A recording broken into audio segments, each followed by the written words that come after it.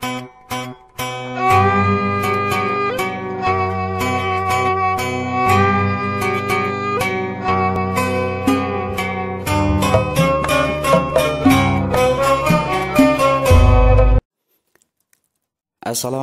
warahmatullahi wabarakatuh. Sampurasun dulur ti lembur barayati kota. Tepang deui dina channel Api Handy Official. Dina dangat ayeuna urang medar perkawis artikel. Naon ari artikel? Artikel teh esai anu dimuat dina media massa saperti surat kabar, majalah atawa internet. Eusina bisa mangrupa karya ilmiah, opini atawa sawangan jeung pamadegan pribadi kana hiji hal, laporan lalampahan atawa laporan ngeunaan kaayaan, bisa oge kritik kana hiji pasoalan atawa kaayaan. Eta perkawis artikel. Salajengna upama nilik kana eusina, artikel bisa dipasing-pasing jadi sababaraha hiji. Nu kahiji anu disebut artikel narasi. Artikel narasi nyaeta artikel anu nyaritakeun situasi atawa kaayaan. Boh dumasar kana runtuyan waktu, boh runtuyan kajadian, dina artikel narasi tangtu kudu aya palakuna tanapi tokohna. Salajengna aya disebut artikel deskripsi. Artikel deskripsi nyaeta artikel anu ngagambarkeun kaayaan atawa kajadian luyu jeung kanyataan atanapi fakta nepi ka kabayang kunu macana. Salajengna nomor 3 aya artikel eksposisi. Artikel eksposisi nyaeta artikel anu medar hiji jejer mangrupa pedaran ngeunaan wangenan, kagunaan, bagian tina hiji konsep. Bisa oge mangrupa lengkah-lengkah cara atawa proses migawe hiji hal. Salajengna aya artikel argumentasi. Nyaeta mangrupa karangan anu diwuwuhan ku alasan-alasan. Kasang tukangna mangrupa kritik kana hiji perkara atawa pamadegan. Biasana diwuwuhan ku opini atanapi sawangan atanapi kamandang pribadi, tapi didadasaran ku fakta jeung data nepi ka katarima kunu maca. Salajengna nomor 5 aya artikel persuasi. Sok disebut oge artikel pangjurung laku atanapi motivasi. Eusina mangrupa uar pangajak pikeun ngalakukeun hiji hal anu dianggap aya mangfaatna. Eta perkawis eusi artikel bisa dipasing-pasing nya.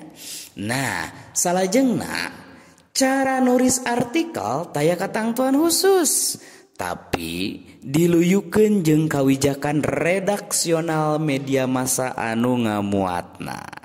Artikel anu dimuat dina pikiran rakyat upama contona tangtu bakal beda jeung artikel anu dimuat dina majalah rumaja saperti Hai.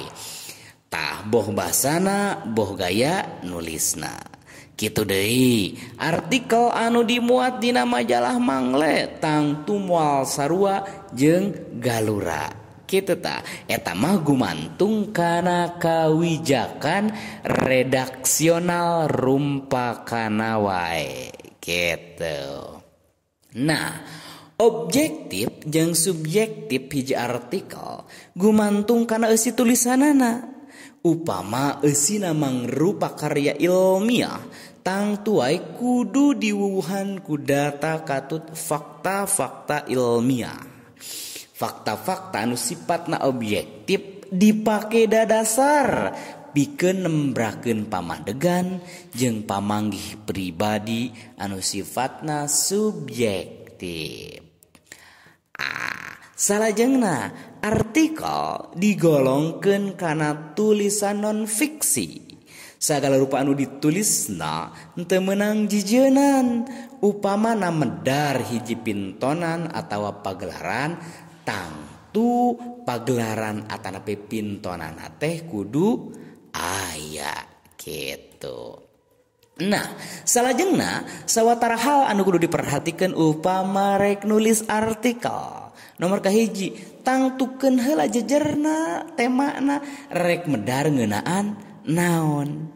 Nu kadua, susun pokok-pokok nu rek dipedar ku urang. Mun rek medar karya sastra, nah rek medar karakter palakuna atanapi naonna. Nah, salajengna nomor 3, susun rangkai karangan. Etanya terapi kerangka karangan gitu.